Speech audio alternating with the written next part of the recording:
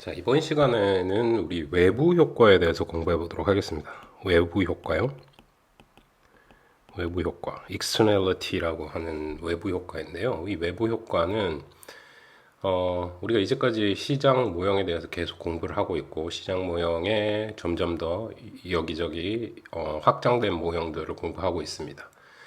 그래서 우리가 이제까지 살펴봤던 거를 한번 요약해 본다면, 시장이라는 거 있죠. 시장이라는 거, 자원 배분의 효율성을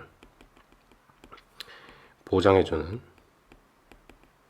시장을 통해서 자원이 효율적으로 배분되는데, 이 효율적인 배분을 가져다주는 시장의 기능이 어떤 경우에 제대로 작동하지 않을 수 있는가, 이런 측면에서 첫 번째 그 이유로 외부 효과를 들 수 있겠습니다.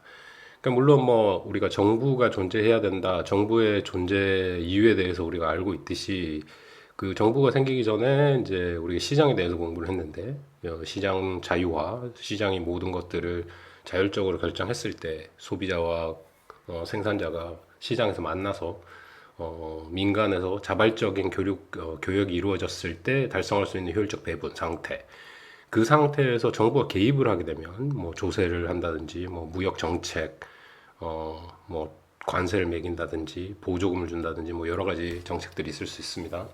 그것 때문에 시장 효율을 망치는 경우에 대해서 한번 우리 살펴봤는데요. 이번에는 이제 자연적으로 시장이 효율적 배분을 실패하는 하나의 원인으로 외부 효과를 공부해 보겠습니다.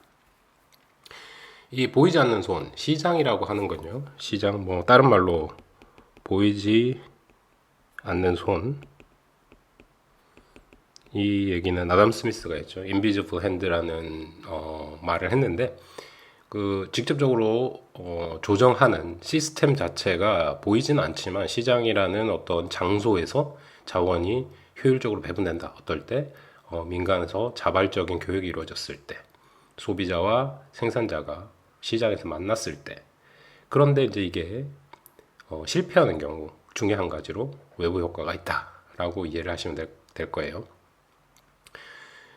그러면은 이제 이런 외부 효과가 있을 때 자원 배분을 효율적으로 또는 좀 더 바람직한 방향으로 배분될 수 있도록 어떻게 할 수 있는지에 대한 얘기도 잠깐 해볼 거고요.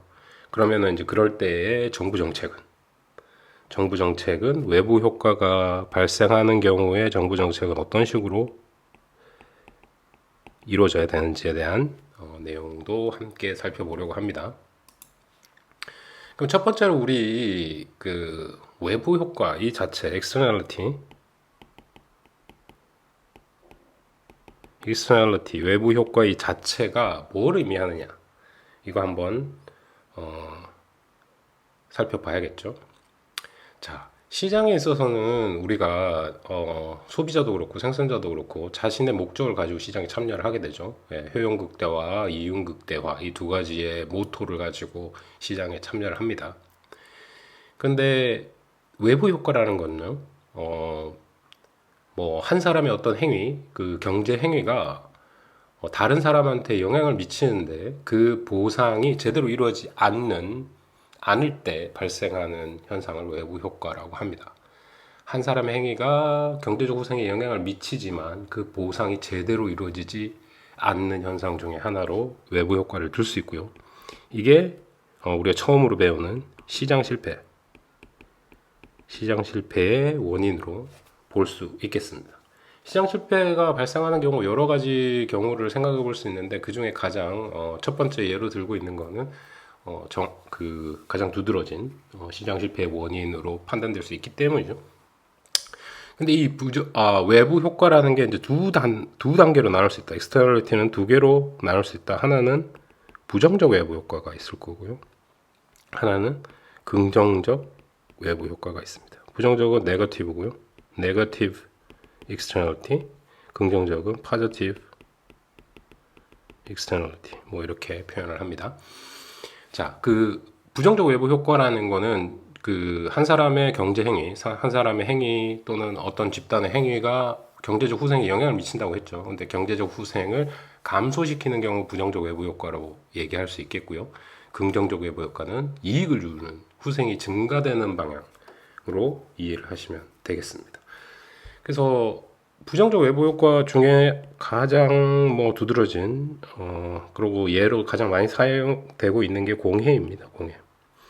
요즘은 이 공해가 어떻게 발생하는지가 정부가 판단을 해가지고 이 공해를 방지할 수 있는 여러 가지 정책들을 내놓고 있죠. 근데 처음으로 옛날로 되돌아가가지고 처음에 이제 공해가 발생했다는 거, 그 공해를 발생시키고 나서 제대로 그 경제 내 또는 사회에 보상을 했느냐라는 거죠. 역사적으로 생산이 많이 2차 산업혁명 이후에 산업이 발전함에 따라서 그러니까 매니팩처링 섹터 그러니까 제조업 부분의 생산성이 상당히 증가함을 통해서 생산이 아주 크게 발전했죠. 그 과정에서 발생했던 공해에 대한 문제들은 그 생산자들이 제대로 우리 사회 경제에 제대로 보상을 하지 않았다. 그래서 이제 그런 부분들이 상당히 문제가 될 수 있어요. 그러니까 그 경제 발전 속도가 국가마다 다 다르죠. 유럽은 아무런 제재 없이 제조업 그 생산성을 공해를 시킴으로써도 그러니까 시켜놓고서도 보상을 제대로 하지 않으면서 발전을 했어요.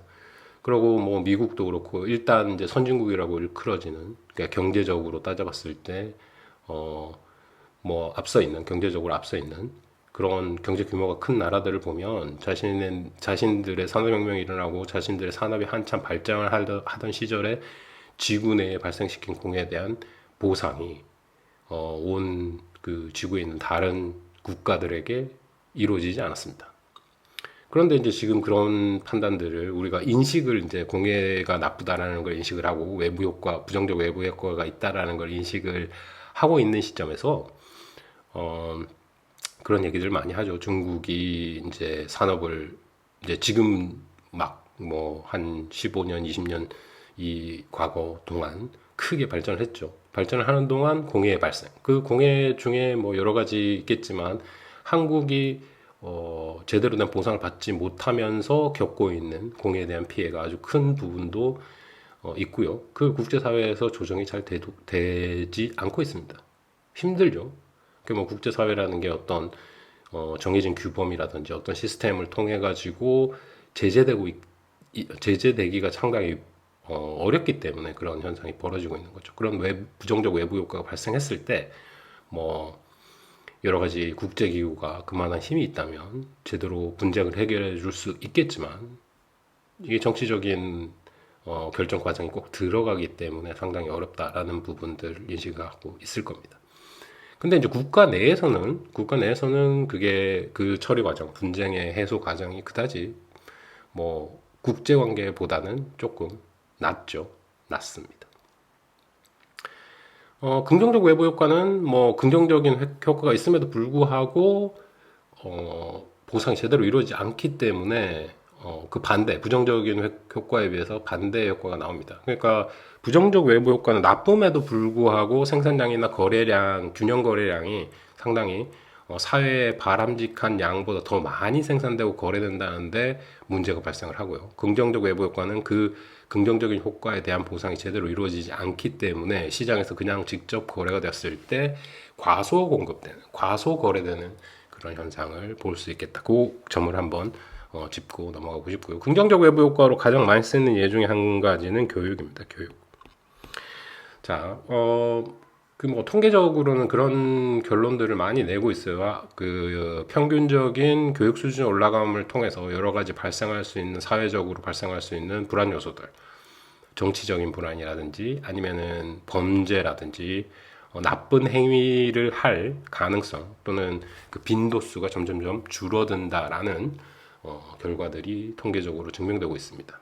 그 뭐 논리적으로도 이해가 되죠. 공부를 더 많이 하고 그 다음에 기본적인 의무 교육 수준을 통과하는 그 국가의 구성원으로서의 소양이 갖춰지는 경우에 여러 가지 나쁜 일들이 발생할 가능성이 점점 줄어들게 된다.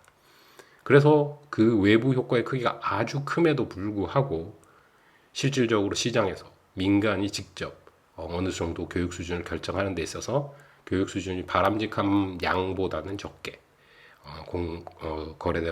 거래되어진다라는 측면의 논리로 이해하시면 되겠습니다. 그래서 부정적 외부 효과, 긍정적 외부 효과가 있고 그 내용 예시로 이런저런 것들이 있다라는 거 한번 살펴봤고요.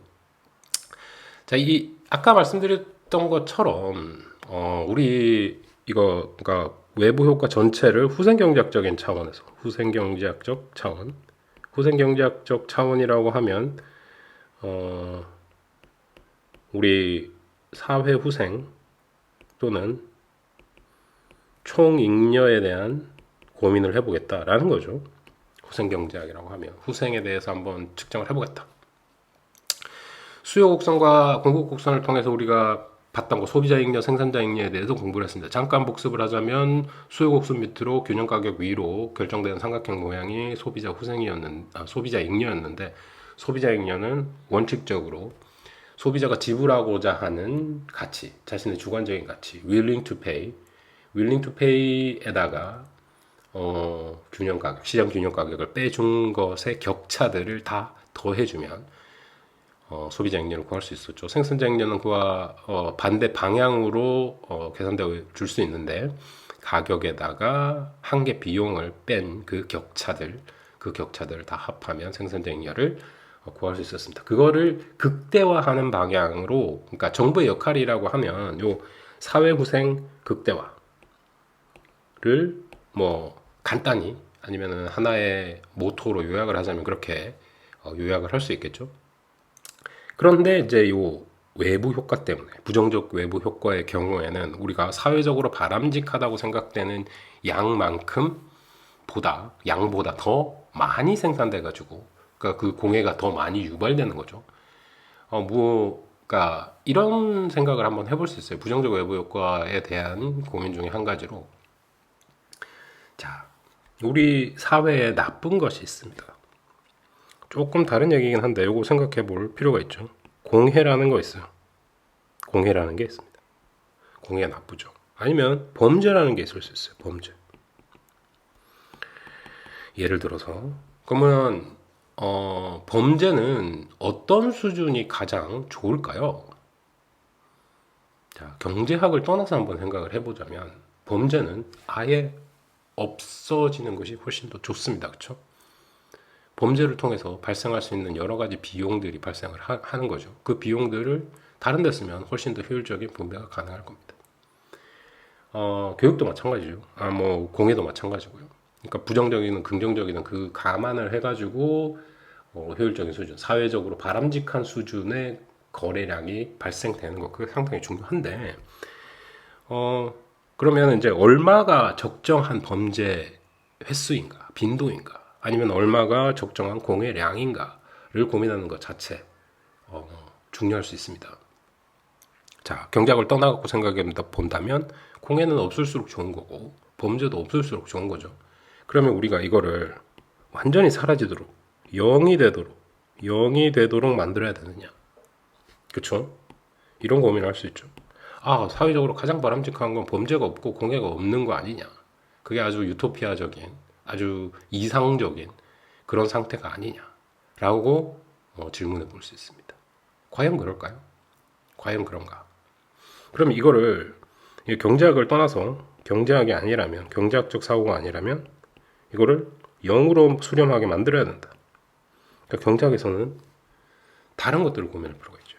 우리가 생각하는 어떤 편익, 이득, 후생, 복지 뭐 이런 것들이 있을 수 있는데 그 좋은 거 양의 방향으로 아주 크면 클수록 좋은 거죠.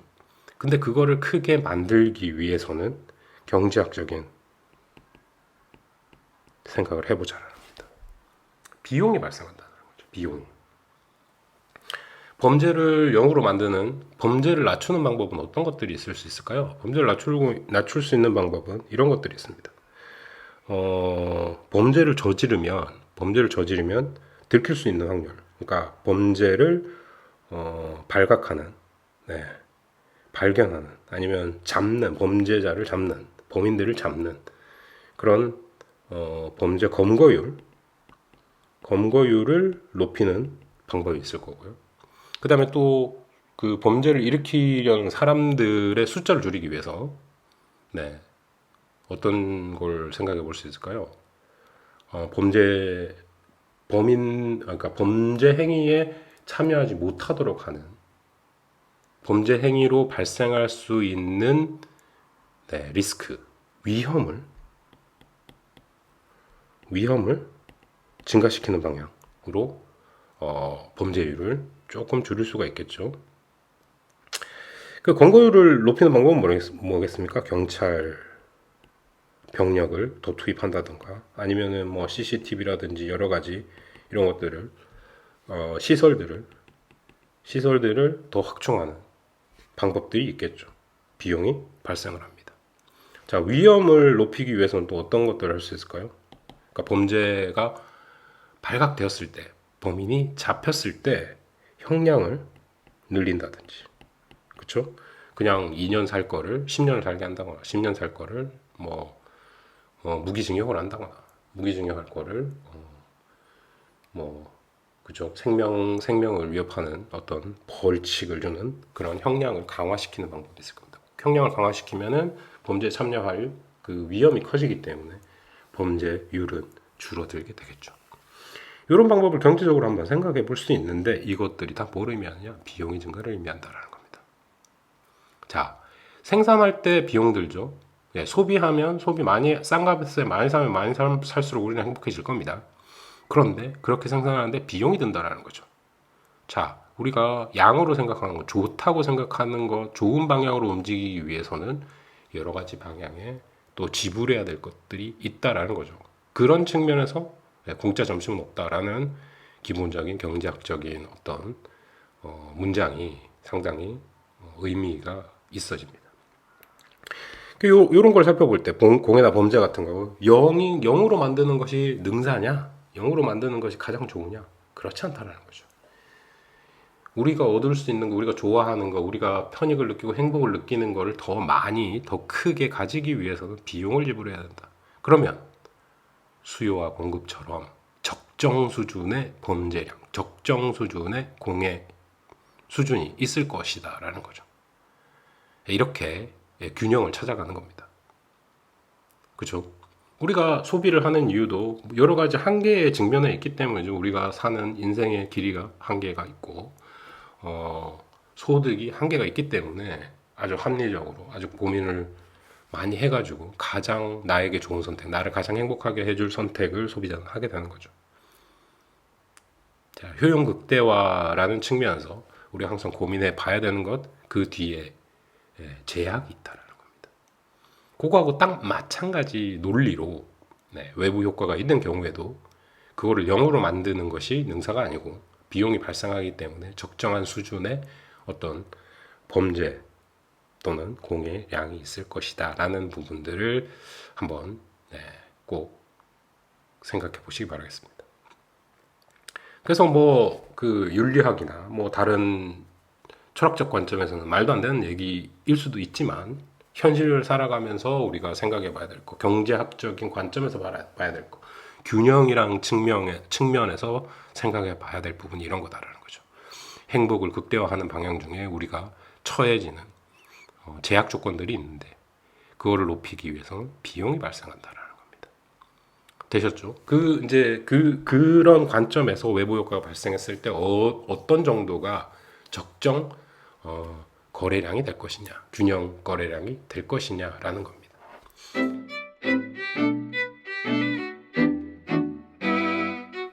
다음으로 이제 그 외부 효과가 있는 경우에, 부정적 외부 효과가 있는 경우에 어떤 식으로 분석을 할 수 있을지를 한번 살펴보도록 하겠습니다. 자, 어떤 공장이라고 하죠. 어떤 공장에 부정적 외부 효과가 있는 경우 생산량과 사회적으로 바람직한 수준을 어떻게 결정하고 정부는 어떻게 개입을 해야 될 것인지에 대한 고민이죠. 그러면 이제 우리 맨날 하는 수요 공급 모형을 이용해 가지고 한번 해보도록 하겠습니다. 실질적으로 어떻게 되냐? 디맨드 커브 있고 여기 서플라이 커브 공급 곡선이 있으면은 균형이 여기서 결정이 되겠죠. 그렇죠? 그럼 여기 Q 스타가 있을 거고 P 스타가 있을 겁니다. 이게 딱 결정이 된단 말이죠.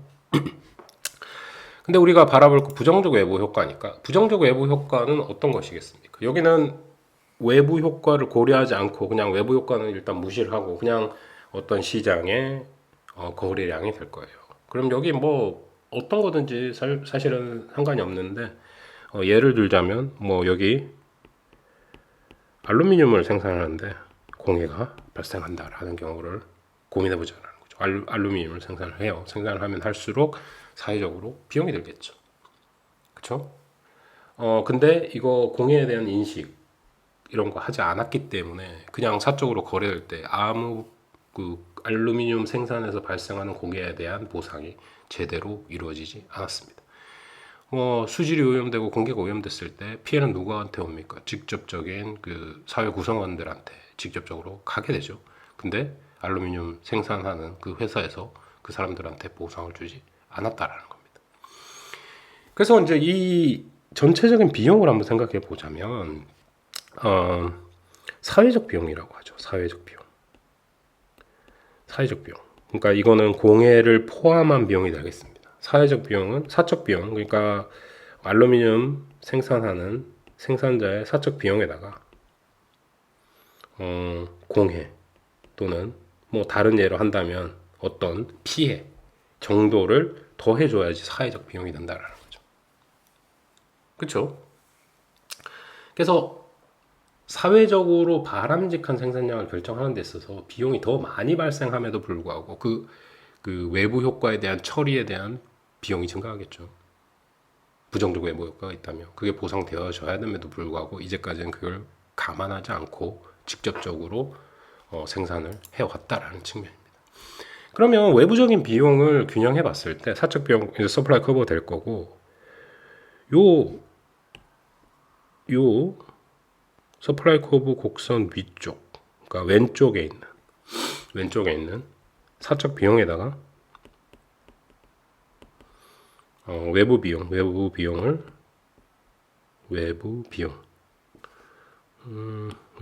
더한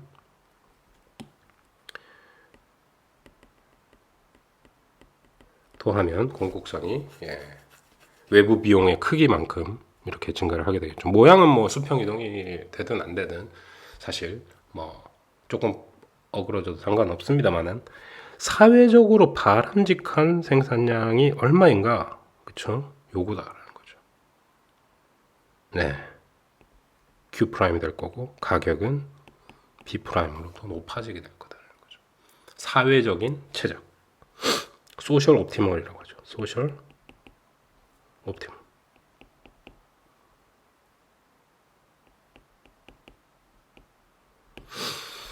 소셜 옵티멈. 소셜 옵티멈은 이 부분이 될 거라는 겁니다. A점이고 여기 원래는 E라고 하죠. 이퀄리브리움이라고 해서 A점이 돼야 됨에도 불구하고 생산이 더 많이 이루어진다는 거죠. 외부 비용을 고려하지 않으면. 그래서 이제 환경오염이나 아니면 뭐 다른 부정적 외부 효과가 있을 때 공고곡선, 사회적 비용 곡선, 사회적 비용 곡선은 사적 비용에다가 외부 비용을 더한 건데 사회적 비용 곡선은 원래 우리 그냥 일반적인 공급곡선보다 위쪽에 위치한다. 왼쪽에 위치한다. 그렇죠? 최적 생산량은 시장 균형 거래량보다 작아지게 되고, 네.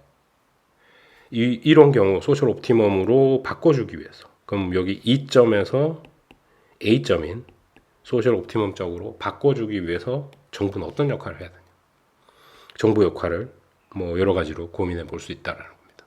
정부가 만약에 A점이가 이렇게 사회적 비용과 외부 비용을 합한 이 새로운 사회적 비용 곡선을 제대로 인식하고 있다면 제대로 바람직하게 바로잡을 수 있겠죠. 이거를 알아내는 것들이 상당히 중요하다는 거죠. 실질적으로 우리는 수요 곡선과 공급 곡선을 맨날 그리다 보니까 이게 실체가 있는 것처럼 보이지만 실질적으로 수요 곡선을 예측하고 통계적으로 찾아내는 것 자체도 쉬운 작업은 아닙니다. 이론적으로 수요 공급을 그려가지고 나타내서 그렇지 실질적으로 시장에서 거래되고 있는 물건들 공급 곡선이 어떻게 생겼는지 수요 곡선이 어떻게 생겼는지 알아내기가 참 어렵다라는 거죠. 네, 통계적인 그러니까 계량 경제학적인 방법론을 이용해 가지고 그리긴 합니다만 실질적으로 찾아내기 어렵다. 근데 만약에 우리가 이걸 알고 있다면, 이론적으로 알려져 있다면, 알 수 있다면 정부는 어떤 역할을 해줘요? 정책을 통해 가지고 이 외부 효과를 바로 잡을 수 있는데, 뭐 이거를 이제 외부 효과의 내부화라고 합니다. 외부 효과의 내부화를 통해서, 또는 뭐 세금을 부과할 수 있겠죠. 정부의 경제 정책 중에 가장 빈번하게 우리가 바라볼 수 있는, 목격할 수 있는 것이 바로 세금이 되겠죠. 조세를 부과함을 통해서.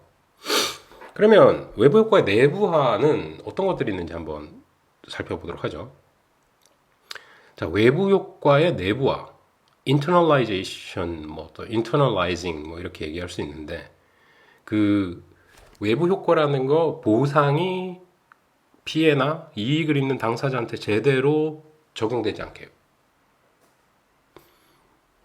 지불되지 않게 되는 그런 현상이 외부 효과라고 그랬으니까, 이거를 그렇게 적용되도록 바꿔주는 게 바로 internalization이라고 할 수 있겠습니다. 그럼 요것들을 어떻게 얘기하냐? 경제학에서 인센티브라는 말을 많이 써요. 인센티브. 유인이라고 우리 번역을 합니다. 그렇죠? 개별적인 경제 주체들이 그런 방향으로 움직일 수 있도록 계속 유도를 하는 거죠.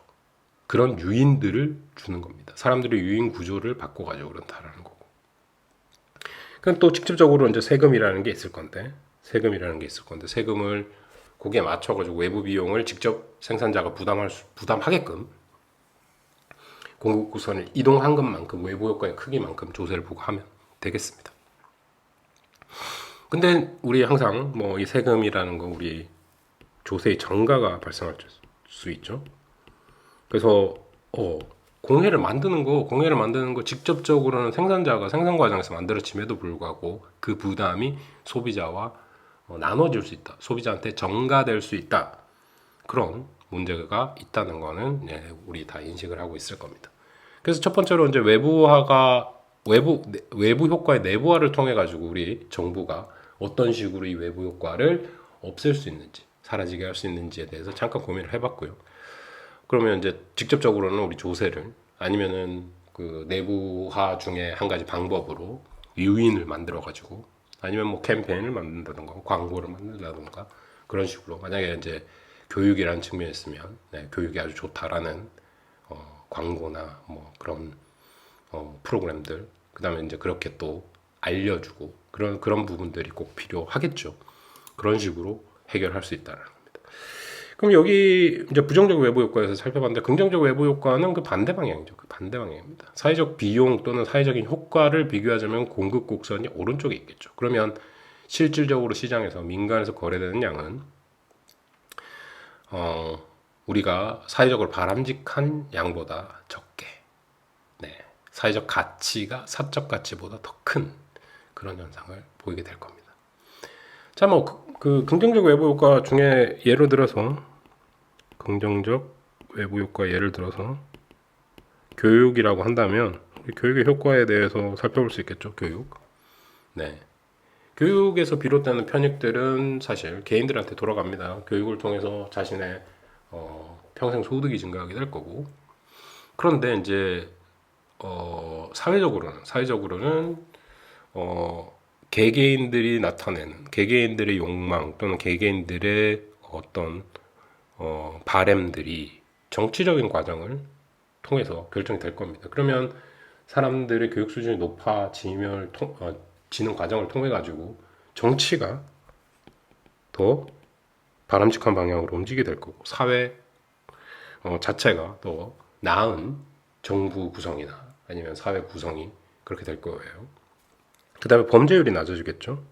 그 범죄율이 낮아진다는 건 또 통계적인 과정을 통해서 그렇게 돼 있고, 그 다음에 생산성 증가 이런 것들이 있겠죠. 그러니까 평생 소득이 증가하는 거 있고, 그 교육 수준이 높아짐에 따라서 창의력 또는 창의력의 발현, 이런 기회의 증가, 이런 것들이 생길 수 있기 때문에 생산성의 증가와 임금 증가 등도 나타날 수 있겠다.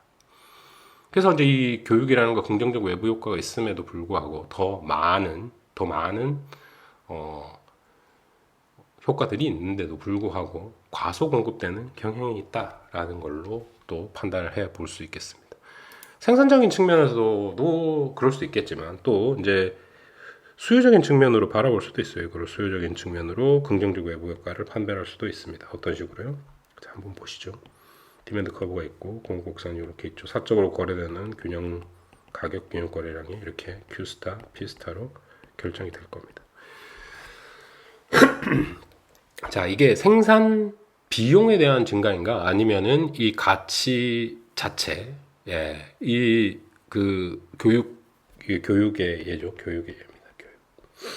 교육이 양이 증가함에 따라서 이걸 가져가는 사람들의 개별적인 전체가 그 커뮤니티 또는 그 경제 자체가 더 나은 방향으로 됨에 따라서 사회적 가치가 더 높을 수가 있다는 거죠. 그러면 사회적 최적 수준이 P 프라임, Q 프라임으로 결정돼야 됨에도 불구하고 이 부분밖에 실질적으로는 거래되지 않는다는 거죠. 우리 E에서 A로 바꾸기 위해서 여러 가지 또 다른 정책들을 써볼 수 있겠습니다. 사회적 가치 곡선이라고 하고요. 사회적 가치 곡선이라고 불리고요. 최적 생산량, 사회적으로 바람직한 생산량은 시장 균형 생산량보다 많게 될 거다. 이거를 외부 효과의 내부화, 그러니까 뭐 교육이 상당히 바람직하다라는 광고나 뭐 캠페인이나 뭐 이런 것들을 할 수 있겠죠. 그 다음에 이렇게 바뀌기 위해서 어떻게 할 수 있나요? 정부가 보조금을 주는 겁니다. 네. 국립대학교에 대한 어떤 보조금이 있을 거고요. 사립고등학교임에도 불구하고 정부가 지원을 해준다든가 하는 보조금 정책을 통해 가지고 더 많은 공급을 할 수 있는 방법이 있다는 거죠. 자, 보조금. 이게 요 위에 있는 것과 비교해 볼 수 있다는 거죠. 뭐 외부 효과의 내부화라는 측면에서 유인을 제공해 주는 것, 이건 똑같죠. 이건 똑같은데 방법이 조금 다를 거고 세금에 대비돼 가지고 보조금을 지급함을 통해 가지고 긍정적 외부 효과를 발생하는 경우 생산량 또는 거래량을 증가시키는 어떤 정책들을 펼 수 있겠다. 자, 요약하자면 부정적 외부 효과가 있는 경우 시장에서 결정되는 생산량이 사회적으로 바람직한 수준보다 높게 되고, 여기서 첫 번째 그림에서 볼 수 있듯이 Q스타가 Q프라임보다 크죠. Q스타가 Q프라임보다 큽니다. 근데 긍정적인 경우에는 Q프라임이 Q스타보다 크죠. 더 많이 사회적으로 바람직한 건 더 많이 거래돼야 됨에도 불구하고 적게 거래되고 있다는 거죠. 그럼 어떻게 하느냐? 줄이기 위해서는 세금을 부과하는 거고, 그 거래량을 늘리기 위해서는 정부가 보조금을 지급하는 방법을 통해 가지고 해결을 할 수 있겠다. 됐죠? 이런 방법. 자, 그러면은 이제 살펴볼 게 외부 효과에 대응하는 공공 정책들이 있을 수 있다는 거죠. 뭐 요약하는 부분하고 똑같습니다. 우리 살펴본 거하고 똑같죠.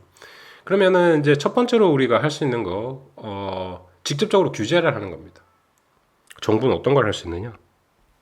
규제를 할 수 있어요. 어떤 부분 이상으로는 생산하지 못하게. 그럼 각 기업들마다 알루미늄 공장이 있다면 알루미늄 공장에서 니네들이 배출할 수 있는 공해의 양을 지정을 해가지고 이것 이상은 안 돼. 이것 이상은 발생시킬 수 없어. 그걸 측정하고 거기에 따라서 직접적으로 양을 또는 공해 물질의 양을 지정을 해주는 겁니다. 네, 직접적으로 직접 규제가 있을 겁니다. 이 직접적인 규제라는 건 상당히 상황에 민첩하게 반응할 수도 없을 뿐더러 그 시장이라는 효율성을 아주 해치는 시장 효율의 파괴가 가장 큰 방법이에요. 그래서 기본적으로 경제학자의 생각으로는 직접적인 규제는 최대한 안 하는 것이 좋다라고 생각을 합니다. 왜? 그러니까 시장의 효율성을 가장 크게 훼손할 수 있는 정책이다라는 거죠. 직접적인 규제가. 그러면 이제 시장 원리를 통해 갖고 시장 원리를 기반으로 기초로 정책을 핀다는 거 어떤 것들이 있죠? 네, 경제적 유인을 인센티브를 주는 거, 인센티브 주는 거. 그 다음에 텍스, 그 다음에 subsidy 보조금이죠. 이런 것들을 생각해 볼 수 있겠다. 그 다음에 또 보통 여기 이제 외부 효과에 많이 그 부정적인 외부 효과에 특히 언급되고 있는 거 사회 국제적으로도 이런 일들을 많이 하고 있죠. 우리 지구에서 뭐 일정한 시간의 기간 동안 자연적으로 해결될 수 있는 공해 수준이 있을 겁니다. 자연의 유지력이 상당히 높죠. 그럼 자연이 자연스럽게 정화될 수 있는 그런 양이 있을 거고 그 양을 적당하게 측정을 한 다음에 각 국가마다 인구수에 대비해서 어느 정도의 이산화탄소 배출의 양을 할당을 해주는 거죠. 그러고 너는 이만큼의 권리가 있으니까 거기까지는 뭐 공짜라던가 거기까지는 아무런 제재가 없다던가 그런 수준이 있을 겁니다. 그러니까 균형 오염 배출량을 우리가 측정을 할 거고 거기에 따라서 어떻게 국가마다 할당을 한 다음에 그 할당한 권리, 그러니까 그걸 권리라고 할 수 있겠죠.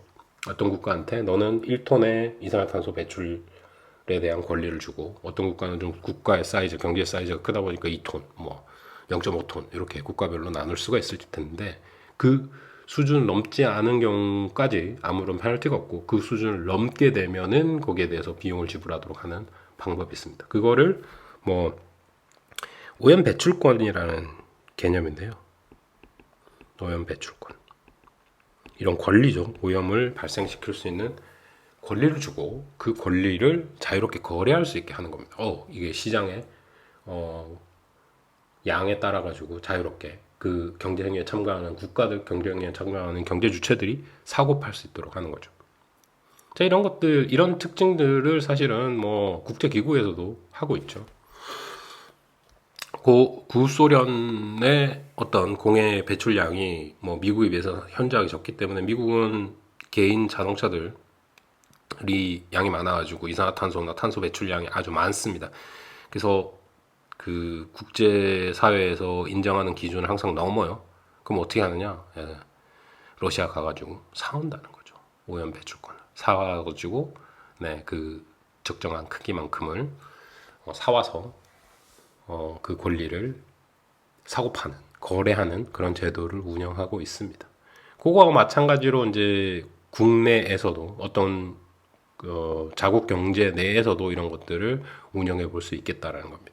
직접적으로 명령 통제하는 것보다는 그나마 그 구성원들이, 경제 주체들이 자신들의 판단, 그 다음에 거래 이런 걸 통해서 적정 거래 가격이 결정될 거고 수요와 공급을 통한 효율적인 거래가 일어날 수 있겠죠. 자신들, 그러니까 그 기본적인 시장 모형에 근거를 두고 있다.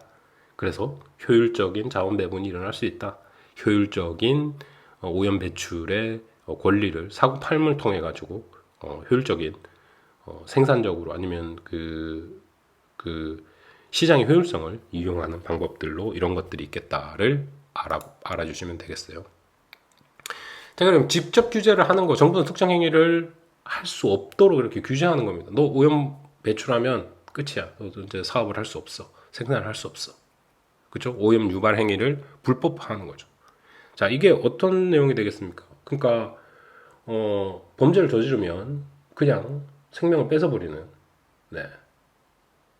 그런 현상. 아니면은 뭐 생명이 인간의 존엄성을 위협하기 때문에 생명을 뺏는 거 인간적으로 하면 안 되는 거라서 무기징역에 처한다. 사회의 경계를 통해 가지고 어떤 의도가 있는 거죠. 범죄를 영으로 만들어 보겠다라는, 낮춰 보겠다라는 의미가 있죠. 그런 직접적인 규제가 발생을 한다라는 거죠. 오염 유발 행위를 불법화하고 어떤 양 이상으로 못 배출하게 한다. 그러고 영업 정지를 내린다. 이런 직접적으로 규제하는 방법이 있다라는 거죠. 근데 뭐 이런 직접적인 규제가 이렇게 플렉서블하지 않아요. 한 번 정해놓은 거 시간이 흘러감에 따라서 사회 전체적인 어떤 경제 전체적인 오염물질 발생 정도가 점점 커질 수도 있고 작아질 수도 있고 경제 상황에 따라서 생산량이 늘어나거나 줄어들 수 있는데 거기에 발맞춰 가지고 변화에 아주 민첩하게 반응할 수 없는 한계들이 있습니다. 자, 직접 규제를 한다라는 거, 인간의 기본권 또는 개별적인 기업의 어떤 권리들을 보장해 줘야 됨에도 불구하고 그게 시장 경제니까요. 그거를 이제 직접적으로 금지를 함을 통해 가지고 합리적인 어떤 생산량 또는 효율적인 거래가 이루어지지 않을 수가 있다는 거죠. 그럼 거기서 뭐가 발생한다? 비효율이 발생을 하게 됩니다. 그리고 이것들을 하나하나 시기나 어떤 상황에 맞춰 가지고 규제하는 거 참 불가능하죠. 거기다가 그런 규제를 만들어내기 위해서는 정치적인 의사결정 과정이 필요한데 그 과정도 너무 오래 걸리고 그 과정에서 발생할 수 있는 여러 가지 또 다른 정치적인 의사결정 과정이 좀 그렇죠. 효율성을 측면으로 한 게 아니라 정치적인 이익에 의해 가지고 다른 결론이 나올 수 있는 그런 가능성들이 있다라는 겁니다. 그래서 직접 규제적인 측면, 직접 규제는 사실 시장 어떤 원리에 기초하지 않은 원칙에 기초하고 정치적인 의사결정에 기초하는 데 비해서 이제 조세와 보조금을 우리가 생각해 볼 수 있다라는 거죠. 첫 번째 규제에 대해서는 경제학적으로 볼 때 좀 바람직하지 못한 부분들이 많다. 비효율이 발생할 가능성이 더 크고 비효율의 크기가 더 커질 거다. 근데 이제 시장 원리에 기초해 가지고 조세를 부과한다라는 거죠. 그러니까 부정적 외부 효과는 사회 비용이 더 크게 든다라고 했죠. 그러니까 그 외부 효과를 감안한 비용이 더 큽니다. 그러니까 사적 비용보다 사회적 비용이 더 큰데 그거를 개선하기 위해서 조세를 부과한다는 거죠.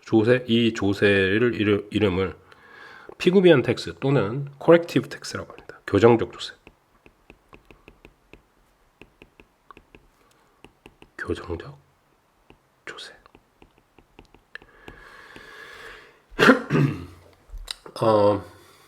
그러니까 요거 코렉티브라는 게 그러니까 코렉트가 맞다라는 거죠. 바른 방향으로 올바른 방향으로 바꿔주는 어떤 조세라는 겁니다. 그렇죠? 그래서 이제 사회적 비용이 조세의 경우 좀 적게 들기 때문에 그다음에 그 이후에 나타날 수 있는 균형도 시장 원리에 기반을 두고 있기 때문에 이 방법이 훨씬 더 좋다라는 거고요. 경제학적인 관점에서 더 시장의 효율을 망치지 않을 거다. 네. 그러면 이제 파지티브 익스터널리티의 경우, 교육의 경우에는 어떻게 한다고요? 보조금을 지급하는 거다. 조세와 보조금 반대 방향이지만 똑같은 논리로 설명해 줄 수 있겠습니다. 그 다음에 또 우리 마지막으로 했던 거 오염 배출권 있었죠. 요거 이제 텍스에 대해서 나온 거고 뭐 섭서디하고 텍스하고 같이 묶어가지고 코렉티브 텍스라고 하고 그런 논리로 이해를 하시면 될 거예요. 그 다음에 오염 배출권 뭐 국제사회에 대한 얘기도 잠깐 했었고 거기에 대해서 오염 배출 권리를 서로 거래함을 통해서 적정한 가격에 서로 교환을 하게 될 거고 거기에 따라서 좀 더 효율적인 대책, 효율적인 결정 또는 결과가 발생을 하게 될 거다라는 겁니다. 자, 근데 오염 배출권 거래가 효율성을 담보해 준다라는 건데 어떻게 할 수 있느냐? 자, 어떤 방법이 더 좋으냐라는 거죠. 이거 어떻게 할 거냐? 그러니까 우리가 한계가 있을 수 있겠죠. 오염 배출량 이걸 먼저 정해야 돼요. 얼마까지 허용할 수 있는 허용 오염 배출량. 그러니까 뭐 어떤 경제일 수도 있고 국제 사회일 수도 있고 지구 전체일 수도 있습니다. 지구 전체 탄소의 자연 정화율이 어느 정도 수준이 된다. 양이 1년에 얼마다. 그럼 그거를 각 국가별로 나눠서 써야겠죠. 자, 그래서 뭐 그러면 이제 그렇게 어떤 양이 정해지고 나면은 그걸 어떻게 나눌 거냐라는 거죠. 뭐 러시아 얼마, 미국 얼마, 뭐 한국 얼마, 일본 얼마 이렇게 각국에 나눠야 되는데 그럼 뭐 그게 어떤 것이 가장 좋으냐라는 거죠. 어떻게 배분할 거냐. 물론 뭐 예를 들어 가지고 뭐 인구수에 대비해 가지고 아니면은 국가의 크기에 대비해 가지고 뭐 여러 가지 방법이 있을 수 있겠습니다만은 근데 이제 기본적으로 고민해 봐야 될 거는 최초의 오염 배출권 이 오염 배출량이 정해지고 나면 배출권을 분배하게 되겠죠. 이거를 분배하게 되겠 배분 분배 뭐 하게 될 건데 이거 어떻게 하느냐 이거에 별로 문제가 발생하지 않는다라는 거죠. 미국이 다 가지고 있다고 하면 그거를 국제사회에 다 팔 겁니다. 사는 사람이 있을 거고 파는 사람이 있겠죠. 그래서 누가 처음에 가지고 있는 거, 처음에 어떻게 배분되어 있는가는 사실은 그다지 큰 문제가 아니다. 그렇죠? 그러면 이제 오염 배출권이 주는 의미가 뭐냐면, 그러니까 어떤 공장 또는 어떤 생산 시설이 더 효율적으로 오염 배출을 적게 하면서 생산량을 크게 할 수 있을 거예요. 그럼 가격이 엄청나게 높다면 어떻게 하겠습니까? 그 오염 물질을 정화할 수 있는데 대한 어떤 기술들을 각 국가들이 만들어내려고 노력을 하겠죠. 그럼으로써 기술이 발전하고 생산성이 증가하게 될 겁니다. 자, 오염 물질을 정화하는 데 비용이 많이 드는 국가나 기업들은 도태되겠죠. 네, 이게 어떤 방향이죠? 경쟁에 기반을 한 시장 원리에 기반을 한 내용이다라는 겁니다. 그래서 오염 배출권 또한 시장 원리에 기초한 방법이고 이걸 국제기구에서도 많이 이용하고 있다. 이 부분까지 좀 이해를 해주시면 되겠네요. 자, 그렇다면 교정적 조세 또는 이제 오염 배출권에 대한 공통점이 있다라는 거죠. 예, 그 공통점은 교정적 조세나 오염 배출권이나 시장 원리에 기본하고 있고 교정적 조세는 정부에게 세금을 지불하는 거고 오염 배출권은 구입을 하고 서로 다른 기업들에게 서로 거래를 하게 되면서 적정 거래량, 적정 거래 가격이 결정된다라는 겁니다. 공통점, 환경 오염이나 외부 효과를 개선하는데 외부 효과를 내부화하는 데 쓰여지는 방법으로 우리가 예를 들었다. 조세, 보조금, 오염 배출권 이런 권리들의 거래 이렇게 이해를 하시면 되겠습니다. 다른 점은 어떤 것들이 있느냐? 그러면 교정적 조세라는 건 특정한 가격을 통해 가지고 수요곡선의 수요에 대비되는 수요량이 결정되는 거라면 그 거래량이 결정되는 거라면 오염 배출권은 특정한 공급량을 기반으로 하고 있다라는 것이라서 양에 대한 규제인지 가격에 대한 규제인지 요 측면만 다를 뿐 결국 우리가 외부 효과를 내부화하는 방법으로 쓰여지고 있다라는 측면, 그다음에 경제적인 시장 원리에 기반을 한 방법이다, 해결책이다라는 측면에서 공통점을 가지고 있다. 그런데 교정적 조세는 가격에 대한 제한을 두는 거고 배출권은 공급량에 대한 제한을 두는 거라는 차원의 그 이해를 하시면 다른 점이 있다라는 걸 이해하시면 되겠어요. 자, 이 전체적인 내용은 그런 거고요. 외부 효과가 발생했을 때 어떻게 해결하는 거. 이런 이제 첫 번째로 우리 외부 효과에 대한 공공 정책에 대해서 한번 살펴봤습니다. 그렇죠?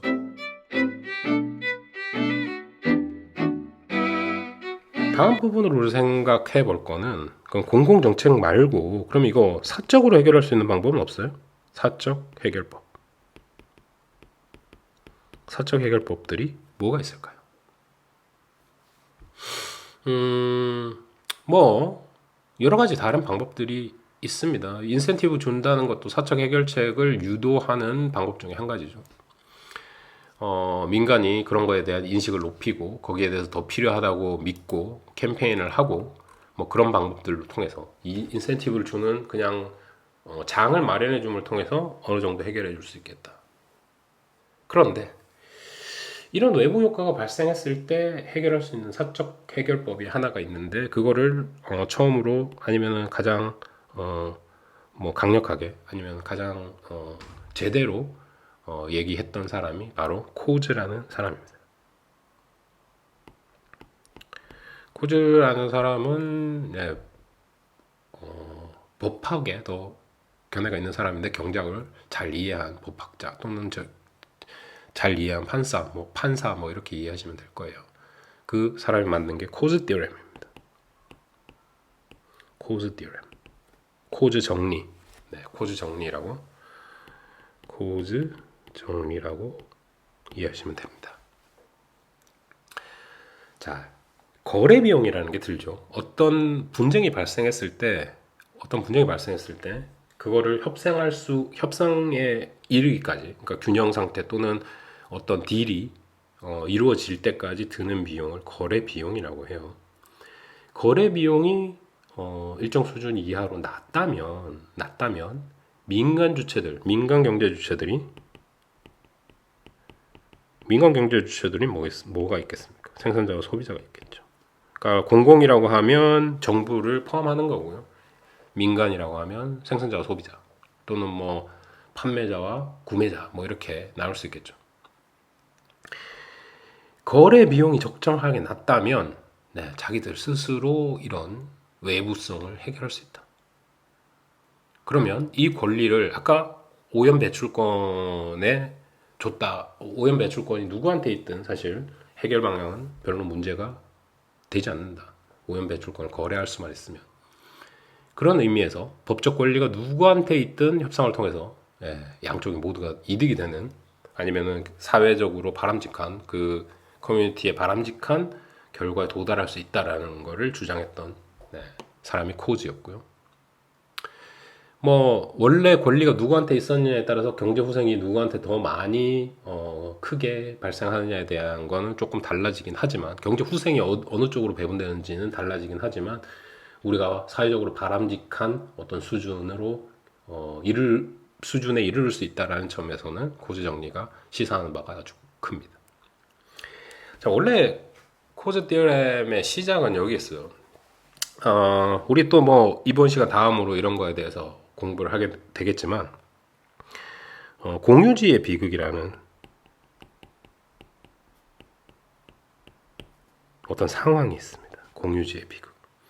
어떤 마을에 이렇게 목초지가 있어요. 목초지. 이 목초지에 풀이 아주 잘 자라가지고 이 동네에 있는 목장 A, 목장 B, 목장 C, 뭐 3개가 있을 수도 있고 4개가 있을 수도 많이 있습니다. 이 목초지가 있는데 이게 공유지예요. 아무도 누구의 소유가 아닌 그런 목초지가 있습니다. 그럼 이런 양질의 그 풀이 자라고 있는 이런 목초지가 존재하고 있을 때, 이 목장에 있는 사람들이 아주 자유롭게 와가지고 소를 먹이고, 뭐 다 키우고 있는 가축들을 끌고 와가지고 그 목초지를 이용을 하게 되겠죠. 이 경우 어떻게 되겠습니까? 소유권이 없다 보니까, 내 거 아니니까, 공짜니까 다들 와가지고 더 내 소한테, 내 말한테 더 많이 먹이려고 하겠죠. 그러다 보면 시간이 흘러가다 보면 이 목초지가, 아주 양질의 그 풀이 나고 있던 목초지가 폐허로 변할 수 있다는 거죠. 이런 경우 폐허로 변해버립니다.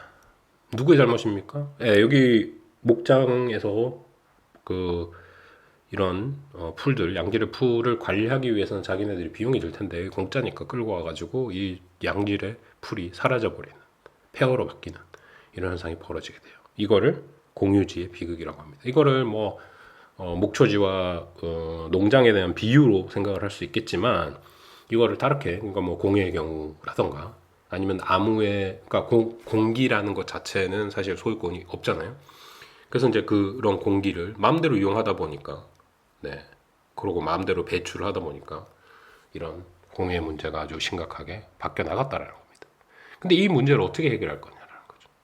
코즈 정리에 따르면 누가 되든지 상관없다. 이 목초지의 소유권을 주면 된다. 국가가 소유하면 국가 관리를 하게 되겠죠.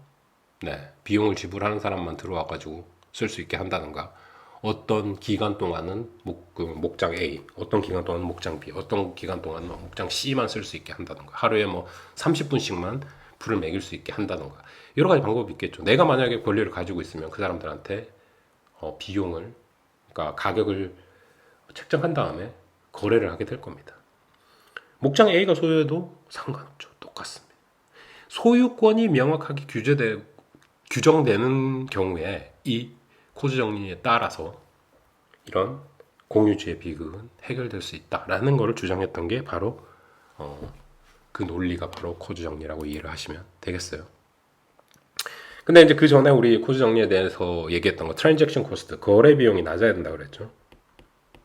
거래 비용이 낮아야 됩니다. 뭐 여러 가지 합의를 도달하니까 시장은 아주 좀 쉽죠. 내 이 가격에 팔래 안 팔래를 가격을 보고 결정을 하면 돼요. 그래서 시장에 나가가지고 살지 안 살지를 결정을 하면 됩니다. 협상에 이르는 단계에 대해서 추가적인 비용이 그다지 크게 발생하지 않습니다. 그죠? 그래서 이제 이런 어떤 소비자나 생산자에 대한 거래 비용이 크고 작은 경우가 있는데 거래 비용 이렇게 협상에 다다르는 비용이 작다면 네. 사적 거래 또는 소유권만 명확하게 지정되면 코즈 디어렘이 말하는 것처럼 쉽게 이런 분쟁이 해결될 수 있다. 외부 효과도 해결될 수 있다. 뭐 여기 아까 얘기했던 오염 배출 권리를 누구한테 준다면 그걸 거래를 통해 가지고 해결될 수 있다라는 논리인 거예요. 그러니까 코즈 디어렘을 바탕으로 이 논리를 바탕으로 오염 배출권이라는 제도가 발생하게 된 거라고 이해하시면 되겠습니다. 근데 이제 이 과정 거래 비용이 상당히 클 수 있어요. 그러니까 그런 법적인 문제이 생길 수 있다라는 거죠. 어떤 약품 회사에서 뭐 오염 물질을 배출해 가지고 그 약품 회사, 제약 회사가 뭐 강의 상류쯤에 위치하고 있었는데 하류 쪽에 있는 사람들이 이상한 병이 발생을 하더라. 그 인과관계를 증명하기가 어렵고 그런 과정 속에서 협상이 이루어지기까지 여러 가지 발생하는 부담들을 사실은 지기가 어렵죠. 그래서 이제 인과관계 증명이라든가 그 비용 거기에서 이제 거래가 합의에 도달하기까지 여러 가지 비용이 많이 드는 거 그걸 거래 비용, 트랜잭션 코스트라고 하고요. 이 코스트가 낮아야 이런 사적인 협상이 발생할 수 있다라는 점을 이해하시면 되겠습니다. 그 이제 그 비용이 많이 들면은 효율적인 협상 단계가 어려워지고 그 다음에 여러 가지 그 협상 파워, 바게닝 파워라고 합니다. 바게닝 파워가 각각 다르죠. 그러니까 대기업들은 일단 자신들의 이윤 극대화를 위해서 행동을 할 건데 여러 가지 로비라든지 어떤 정치적인 아니면은 그런 협상에 대한 노하우도 있고 파워가 그 바게닝 파워가 높죠. 그러니까 뭐 원래 이제 시장 지배력이라고 하는 것도 사실은 바게닝 파워로 이해할 수 있습니다. 협상에 대해서 힘을 가지고 있는 거죠.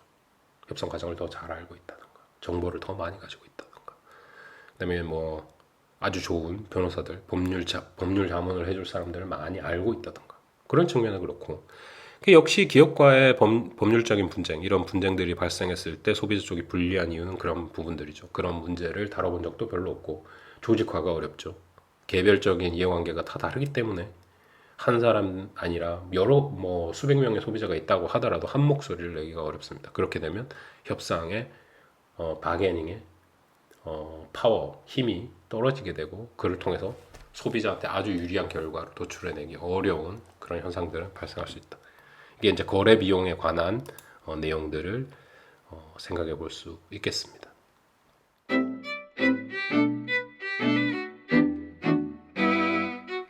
자, 이번 시간에는 우리 외부 효과에 대한 공부를 좀 해봤어요. 그러니까 이제까지 해왔던 것들 그러니까 시장 모형에 대해서 공부를 계속 쭉 해왔는데, 그거보다는 이제 수요 공급에 대한 내용들, 그래프 뭐 이런 것들은 좀 적지만, 그러니까 논리적인 이해, 그 배경에 대한 이해들이 좀 더 많이 필요한 부분이 되겠습니다.